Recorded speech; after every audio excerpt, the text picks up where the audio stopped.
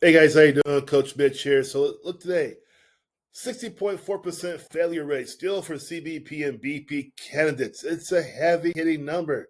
That's a high number of fails, right? So my tech broke it down, sent me some charting a couple of days ago. So let's go through this right now.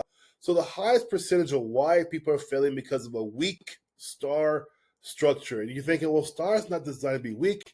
It's supposed to be strong. It is in a civilian interview. However, this is a paramilitary interview at a LEO level, a law enforcement federal structured interview. You cannot bring star in there overtly. Star is used covertly in a LEO interview. It's not situation, task, action, result. That's not how you do it, guys. I show you this in my coaching program. That's wrong. Number two, about 15 here is a policy language gap. So what does that mean? It means you're not doing your research. You don't know what you're walking into. Again, you think it's going to be some kind of civilian interview. They want to hear about some policy, right? They want to hear about some practices that you should know about their business, right? At a very minimal level, but at their level, of course, right? Number three, vague examples. This gets people all the time. They cannot provide examples of why they do what they do. I have a formula particularly just for that alone. This is what gets my people over the hump every time because I teach them this, right?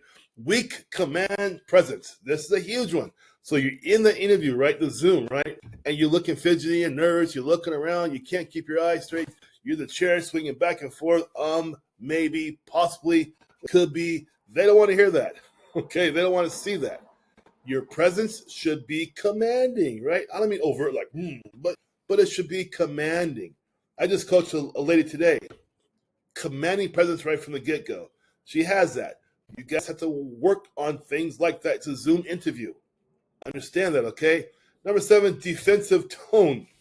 Border Patrol has questions designed to make you a little bit irritated on purpose.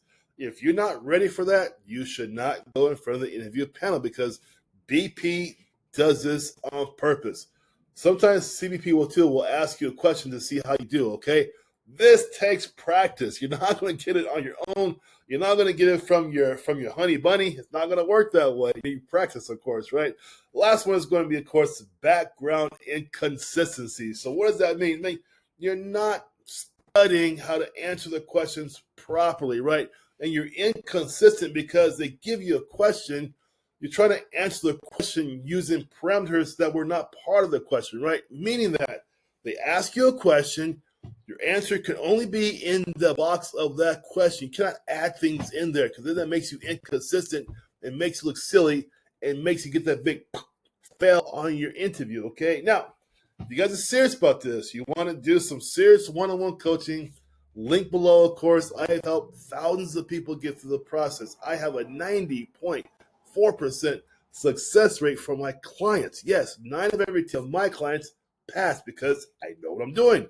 6 years plus, okay? So if you want that as well, guys, click the link below. Now, you just want to talk about a career in CBP, you have questions, whatever, link below as well, okay? You guys take care and have a good day. Bye-bye.